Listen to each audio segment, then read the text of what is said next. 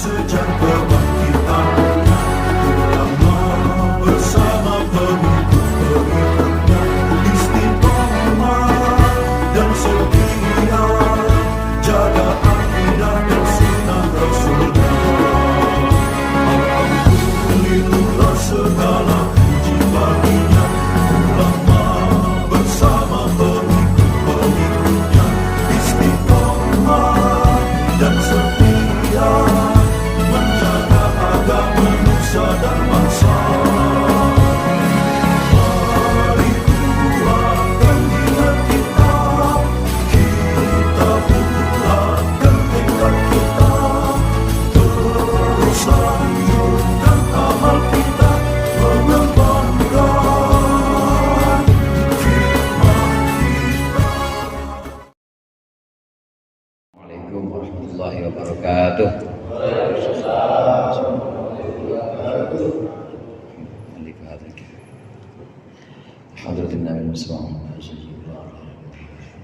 Al-Fatihah.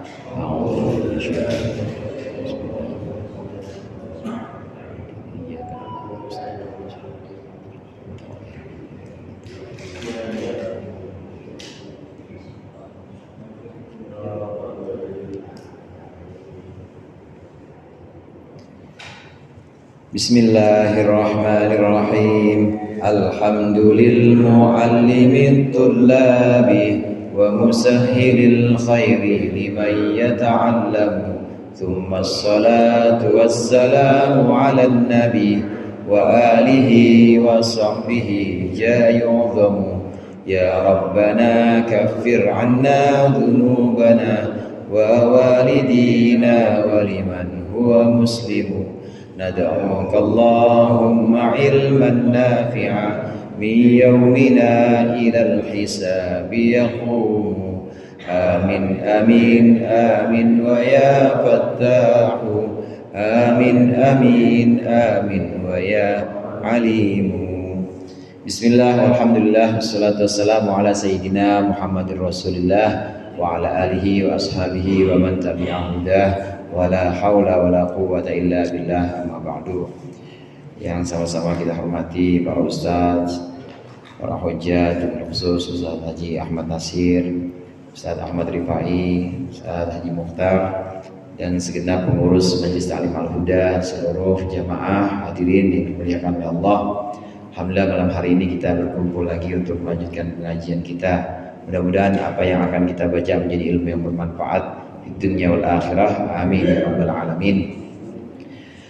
Di antara kitab-kitab atau wahyu-wahyu yang Allah turunkan kepada nabi-nabi sebelum Nabi Muhammad, itu ada yang disebut dengan suhuf. Suhuf ini adalah lembaran-lembaran wahyu yang Allah turunkan kepada nabi-nabi tertentu. Di antaranya adalah Nabi Musa dan Nabi Ibrahim. Maka ada dalam surat yang sering kita baca di Jumatan, itu surat Al-A'la, inna hadza lafi suhufil ula suhufi Ibrahim wa Musa. Isi dari suhuf Ibrahim dan suhuf Nabi Musa itu biasanya nasihat-nasihat atau amsal, yaitu nasihat-nasihat yang diantaranya kemarin sudah sempat kita bahas. Kita dianjurkan untuk membagi waktu kita menjadi beberapa waktu, paling tidak menjadi 4 waktu dalam sehari kita. Yang pertama, harus ada waktu kita untuk bermunajat kepada Allah. Ini ada dalam sholat misalnya, kita munajat, kita berbisik-bisik kepada Allah. Kemudian waktu lain dalam sehari harus ada, selain munajat itu harus ada yang namanya muhasabah atau introspeksi diri. Introspeksi, udah ngapain aja hari ini, umur udah berapa umur. Umur itu kaitannya dengan uban. Maksudnya uban. Makanya uban itu kalau disebutkan, kadang-kadang uban disebut dengan an-nadhir. An-nadhir itu yang memberikan peringatan. Yang memberikan peringatan itu namanya an-nadhir. Uban, umur, itu muhasabah namanya. Jadi ada waktu kita buat munajat dalam sholat, misalnya ada waktu kita buat muhasabah atau introspeksi, dan juga ada waktu kita untuk bertafakkur, untuk merenungkan ciptaan-ciptaan Allah. Di antaranya yang ada dalam diri kita, di antaranya yang ada dalam tubuh kita. Kemudian ada satu waktu lagi yang memang kita gunakan tentunya untuk ma'isyah, untuk kehidupan kita, yang waktunya kerja kantor, yang kantor. Ini orang kantoran semua sini ya. Yang waktunya ya kerja, yang namanya kerjanya di ini, kerjanya di pasar ya dagang. Pokoknya harus ada waktu yang bisa kita bagi. Ini diantara pelajaran-pelajaran atau nasihat-nasihat yang ada pada suhuf Ibrahim. Nah, berikut ini juga termasuk pelajaran-pelajaran yang kita bisa ambil dari suhuf-suhuf sebelum Al-Quran. Qala al-musannif rahimahullah wa nafa'ana bihi wa bi'ulumihi wa bibarakatihi fid dharain amin. Wa minha 'ala al-aqili ay yakuna basiran bi zamanihi muqbilan 'ala sya'nihi hafizan li lisanihi. Dan sebagian dari amsal atau nasihat-nasihat yang ada pada suhuf, 'alal aqili ay yakuna basiran bi zamanihi. Wajib atas seorang yang berakal dia menjadi orang yang basiron bi zamanihi, orang yang bisa melihat zamannya, melihat waktu di mana dia hidup. Muqbilan ala sya'nihi, menghadapi urusannya, hafizan li lisanihi, dan juga menjaga lisannya.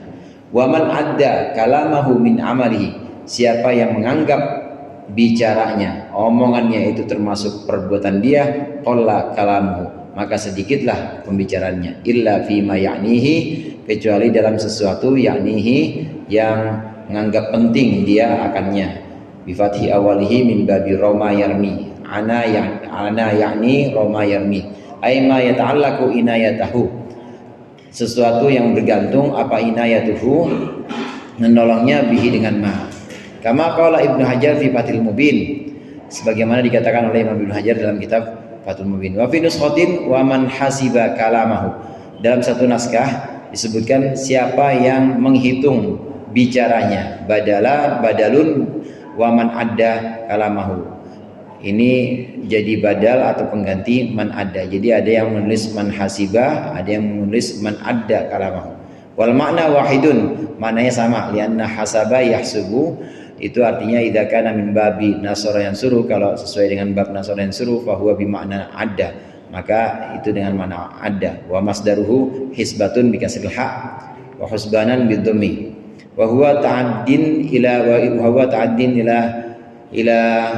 ila maf'ulin wahid, atau wa huwa ta'adda juga bisa ila maf'ulin wahid, dia mutaaddi kepada satu maf'ul. Wa amma hasibal ladzi bi ma'na dhanna, kalau hasibah dengan makna dhanna fa huwa min babi ta'iba bi kasri ainil fi'li fil madhi wa fathihah. Hasiba yahsabu, ada hasaba yahsubu, ini artinya menghitung, ada hasiba yahsabu, ini artinya menduga. Kalau ini adalah hasaba yahsub, ini artinya adalah hasaba yahsubu, yang artinya menghitung atau menganggap. Kemudian ini urusan sharaf nih, fil mudhari fi lugati jamil Arab, dalam logat semua Arab, orang Arab, illa Bani Kinanah, kecuali Bani Kinanah. Fa innahum yaksiruna ainal mudhari, mereka mengkasrahkan ain fil mudhari, hasiba yahsibu ma kasri ainil fi'li fil madhi. Jadi hasiba yahsibu, kemungkinannya kalau ha sin ba hasaba yahsubu artinya menghitung, atau hasiba yahsabu artinya dhanna menduga, atau hasibah yahsibu. Yang ketiga hasibah yahsibu artinya sama. Wa huwa yata'adda ila maf'ulaini li'annahu min af'al qulub, ini termasuk af'al qulub, jadi maf'ulnya dua maf'ul. Wa qawluhu sa'atun, wa sa'atun yuhasabu fiha nafsuhu ay kullu subahin ala jami'i ma amalahu lailan wa kullu masain ala jami'i ma amalahu naharan. Maksud dari perkataan muhasabah atau introspeksi, maksudnya mengintrospeksi seluruh amal perbuatannya di malam hari, apa yang sudah dilakukan di pagi hari. Wa kullu masain, dan pada waktu sore ini mengintrospeksi apa yang sudah dia lakukan naharan di siang hari. Fama wajada min hasanatin hamidallah, kalau dia menemukan kebaikan dia memuji Allah alaiha, atas kebaikan tersebut. Wa min sayyiatin, dan siapa yang menemukan keburukan istaghfarallah minha, maka dia minta ampun pada Allah darinya. Wa aqrabu min dzalika ila salamati ayyuhasabah ala kulli fi'lin qablu atau qabla al-iqdam, dan yang lebih bagus atau lebih dekat darinya hendaklah lebih dekat kepada keselamatan, hendaklah dia mengintrospeksi atau mengoreksi setiap pekerjaan sebelum melakukan alaihi atas pekerjaan, hatta yaltabisa bihi illa ba'da ma'rifati hukmillahi fi, kecuali sehingga dia tidak bercampur kecuali setelah mengetahui, tidak rancu kecuali setelah mengetahui hukum-hukum Allah dalam perbuatan itu. Fama kana khairan fa'alahu, kalau bagus dia lakukan, wa ma kana ghairu dzalika amsaka anhu. Ini lucu nih. Kalau dia kalau nggak bagus maka dia nggak melakukan. Amsaka tuh ngerem. Liyuriha al malaikatu minat ta'abi, supaya malaikat istirahat. Wali anna man hasaba nafsahu fi dunya hana alaihi adabul akhirah. Orang yang muhasabah dirinya di dunia hana alaihi adabul akhirah, maka akan ringan atasnya apa adabul akhirati, adab akhirat. Ini yang terdapat dalam suhuf Nabi Ibrahim, yaitu amsal, suhuf Nabi Ibrahim, amsal atau nasihat-nasihat. Diantaranya orang yang berakal, kita kan udah mumayyiz semua ya. Mumayyiz itu udah akil balik, udah mukallaf, maksudnya sudah mukallaf, sudah balik semua ini ya. Ada yang belum balik? Akil juga, berakal juga. Orang yang bolak-balik. Orang yang berakal itu seharusnya orang yang berakal melakukan 3 hal. Dia harus punya tiga sifat. Yang pertama, orang berakal itu harus melihat zamannya, harus mampu melihat zamannya. Kalau zamannya memang udah zaman media sosial, ya pengajian ya paling enggak di posting di media sosial begitu. Kalau zamannya memang zaman sudah internet, ya paling enggak kita juga ngaji harus lebih maju. Ini namanya basiran bizamanihi. Basiran bizamanihi, bisa melihat zamannya dia. Sekarang zamannya udah bukan lagi latihan panah, tapi apa? Ya tapi kita latihannya pakai senapan kalau yang mau perang, tapi nggak ada perang kan. Terus gimana? Yang lain lah. Apa itu? IT misalnya. Karena untuk menghadapi tantangan zaman, ya IT sekarang, bukan latihan panah. Latihan kuda, jangan juga latihan kuda. Kenapa? Basiron bizamanihi, melihat zamannya, udah sesuai apa enggak. Kecuali kalau yang wajib-wajib atau yang prioritas udah terpenuhi semua. Yang prioritas seperti kebutuhan kita, memang IT-nya udah bagus, kemudian pendidikan juga udah bagus, boleh itu hobi-hobian boleh. Memang betul belajar menunggang kuda kemudian panah itu dilakukan oleh Rasulullah. Tapi kita basiran bizamani, tetap harus lihat zamannya. Zamannya yang paling sesuai apa? Ya kita pakai kuda, yang sebelahnya pakai tank, gimana? Habis. Kemudian muqbilan ala sya'nihi, ini menghadapi masalahnya, madep ke masalah. Jadi nggak melengos, nggak terus buang muka ada masalah terus balik kanan, nggak. Muqbilan min sya'nihi, muqbilan ala sya'nihi, menghadapi urusannya. Orang berakal itu pasti menghadapi urusan. Dia nggak mungkin balik kanan atau dia nggak mungkin berlari dari kenyataan. Dihadapin tuh sama orang berakal. Nah ini yang penting, hafidhan li lisanihi, menjaga lisannya. Lisan itu ucapan, tapi kadang-kadang orang anggap bukan perbuatan, karena ya dianggap ya omongan bukan perbuatan. Tapi kalau orang yang berakal dan akalnya sempurna, ini menganggap bahwa omongan itu termasuk perbuatan. Karena omongan masuk catatan juga, saudara. Omongan masuk catatan, perbuatan masuk catatan, omongan masuk catatan juga. Jadi perbuatan termasuk lisan, omongan itu termasuk amal. Termasuk amal. Saya tanya misalnya, kita baca Al-Quran, itu ada pahalanya nggak?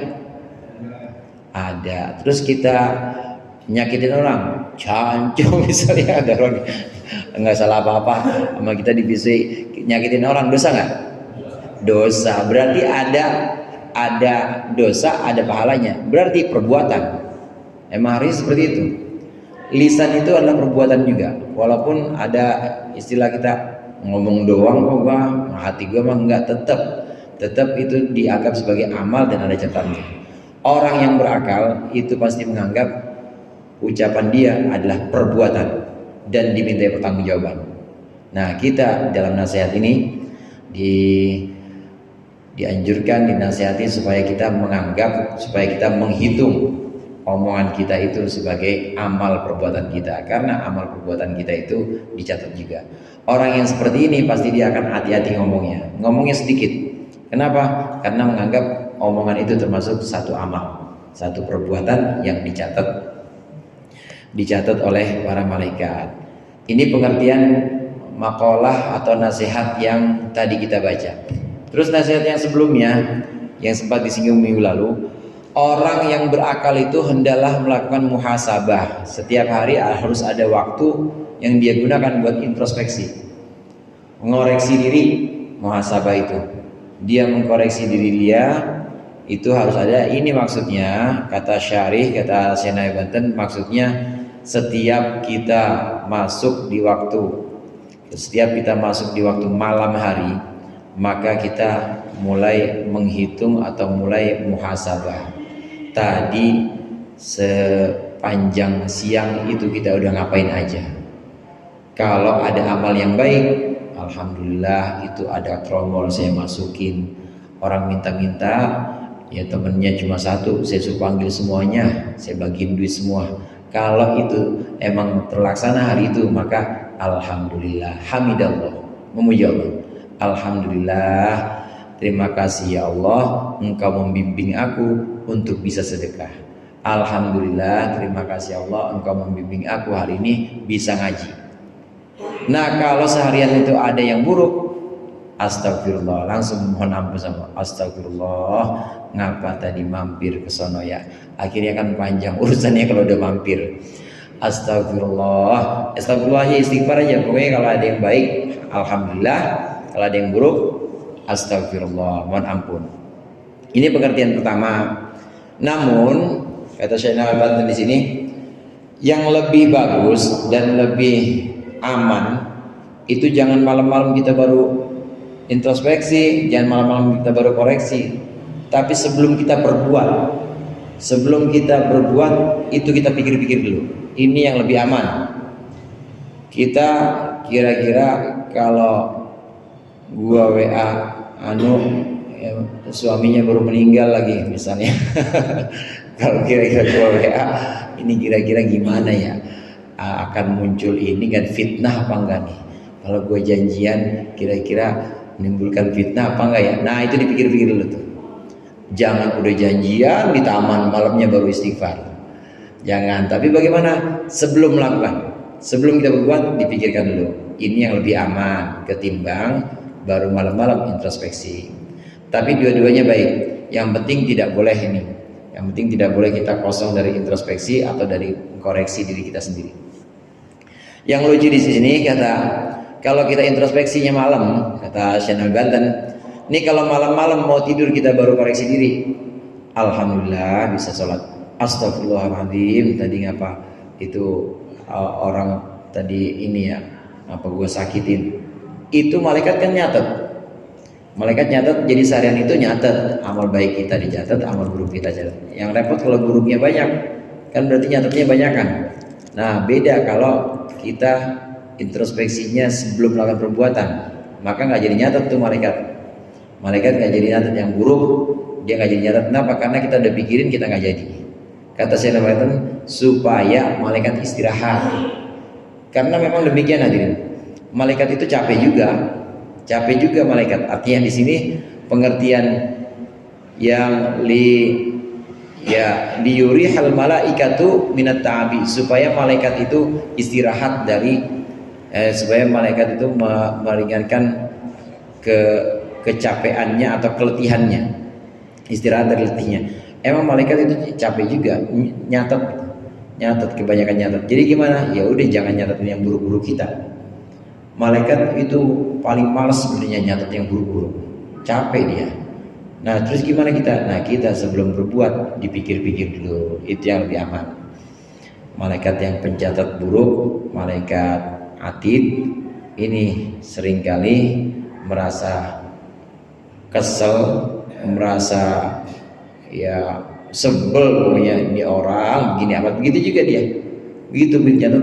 Jadi dia capek hati juga, capek hati kayak kita ya, kita yang biasa istiqomahnya, misal kita biasa istiqomahnya ngaji, kemudian sholat, ngaji sholat, kira-kira ngelihat orang yang nggak ngaji sama nggak sholat gimana tuh? Diajak tapi kagak pernah mau, kesel nggak kita? Nah malaikat atid juga begitu, udah tahu ajakan bener tapi nggak pernah dilakuin, udah tahu itu jelek, dicatat lagi jelek, catat, kesel juga malaikat. Maka kata Imam Syafi'i Banten di sini, yarihal malaikatu minat ta'ab. Supaya malaikat yang mencatat keburukan nggak terlalu capek, maka kita koreksinya jangan malam-malam, tapi sebelum kita buat kita pikir-pikir dulu. Lagi pula koreksi itu atau muhasabah itu akan meringankan siksa kita. Orang yang sering mengkoreksi diri, orang yang sering muhasabah, orang yang sering menghitung dirinya, kebaikan-kebaikannya, kemudian juga kesalahan-kesalahannya, di istighfar, kebaikannya di alhamdulillah. Orang yang sering mengkoreksi dirinya, maka nanti di akhirat adabnya ringan. Kenapa? Karena udah sering istighfar dan udah sering alhamdulillah. Dari dunia dia udah sering mengkoreksi diri, sering muhasabah, maka di akhirat hisabnya ringan. Karena udah dihitung sendiri sama dia. Cara ngitungnya tadi, kalau ada yang buru-buru istighfar, kalau ada yang baik-baik buru-buru alhamdulillah. Wa fil hadithi hasibu anfusakum qabla an tuhasabu. Dalam sebuah hadis, walaupun ada yang mengatakan ini makalahnya Sayyidina Umar, hasibu anfusakum qabla an tuhasabu. Hisablah diri kalian sebelum kalian dihisab. Maksudnya hitunglah amal-amal kalian sebelum kalian diperhitungkan amalnya. Kalau kita udah sering menghitung amal kita, tujuannya tadi, kalau baik ya alhamdulillah, segera puji Allah. Kalau buruk istighfar, astagfirullah, segera mohon ampun kepada Allah. Kita sering melakukan ini, maka ringan nanti. Hisab kita di sana ringan di akhirat. Maka anjurannya, hisablah diri kalian, hitunglah diri kalian sebelum kalian diperhitungkan. Hasibu anfusakum qabla an tuhasabu. Dzakara dzalika al-Bajuri. Imam Bajuri mengatakan demikian. Sedikit lagi habis. Kemudian waqala Asy-Syarqawi wa kana ba'dhum yuqayyidu harakatihi fi naharihi fi kitabin. Sebagian ulama itu ada yang menulis, sebagian ulama itu ada yang menulis perbuatan-perbuatan di siang harinya dalam satu buku. Fa idza amsa ja'alahu baina ainaini wa hasaba nafsahu ala ma fi. Maka ketika sore hari atau malam dia jadikan buku itu di hadapannya, kemudian dia mulai menghisap dirinya sendiri atau menghitung dirinya sendiri, mengkoreksi dirinya sendiri. Wa ba'dhum kana yuhasibuhu ala khawatirihi fil yaumi wal lailati. Sebagian mereka ada yang menghitungnya sesuai dengan khawatir atau gerakan hati dalam sehari dan semalam. Wa qauluhu wa maromah. Maromah ini pendapat yang tadi nih, makalah yang 2 minggu yang lalu ini. Bi fatahatin syadidin ay islahun. Qala Abu Dzar aidan qultu ya Rasulullah fama kanat suhufu Musa. Bagaimana kalau suhuf Musa? Qala kanat kulluha ibaron. Adapun suhuf Nabi Musa itu ibaron atau ibroh, pelajaran-pelajaran. Bikasril ain wa fatil ba jam'un biratin bisukuniha mithlu sidarun sidratun. Ay mawaid, nasihat-nasihat. Suhufnya Nabi Musa itu isinya adalah ibroh atau pelajaran.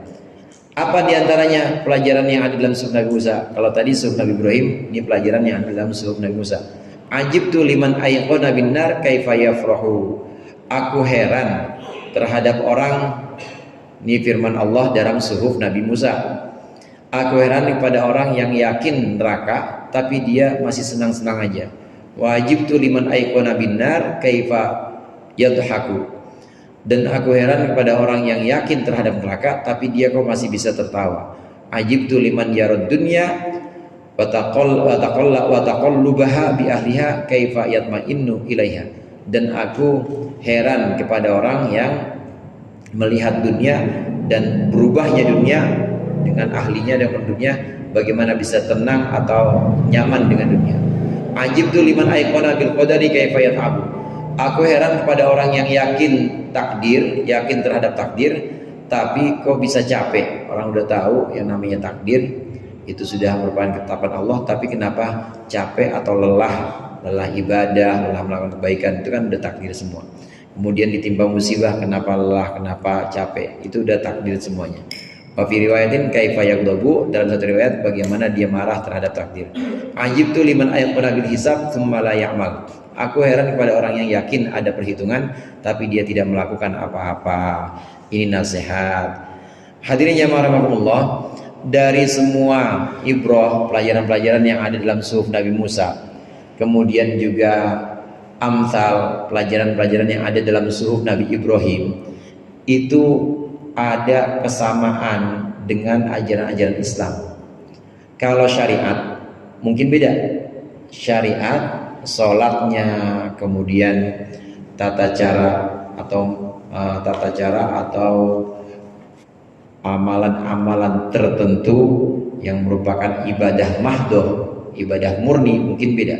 Tapi kalau pembentukan jiwa seperti nasihat ini, pembentukan ruh, jadi siraman-siraman rohani sama semuanya. Pembentukan ruh yang ada dalam suhuf Nabi Musa, suhuf Nabi Ibrahim dengan Al-Quran sama. Kita lihat di sini semuanya tentang akhirat. Kita lihat di sini bahwa Al-Quran, suhuf Nabi Musa, suhuf Nabi Ibrahim, ini semuanya menasihatkan kita kepada kehidupan di akhirat, supaya di dunia ini hati-hati, supaya di dunia ini dijadikan sebagai persiapan untuk menuju akhirat. Semuanya sama. Bisa kita lihat perbandingannya dengan agama-agama lain misalnya. Mungkin dalam agama-agama lain itu pembentukan rohani atau jiwa ada. Saya yakin ada juga.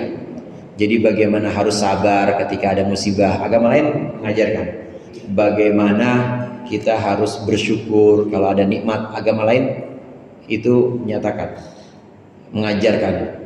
Tapi dalam Islam bukan hanya nasihat-nasihat pembentukan ruh saja, tapi dalam Islam selain ruh kita dibentuk yang berupa siraman rohani atau nasihat-nasihat pelajaran, tapi ruh kita juga diajarkan untuk praktek.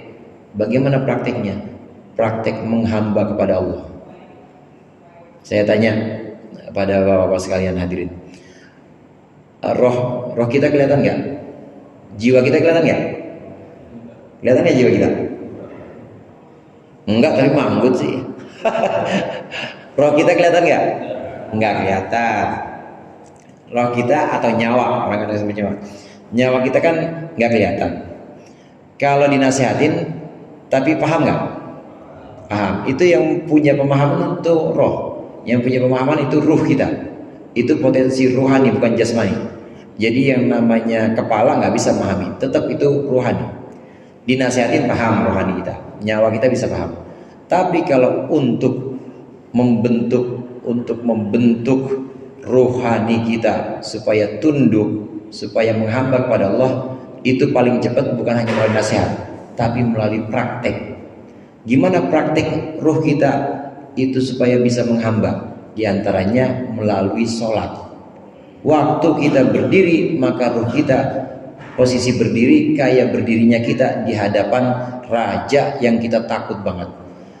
Kita pernah disetrap dulu sama guru ya, berdiri depan kelas atau di sering ya, atau upacara dipajang di tiang bendera. Takut banget itu kita.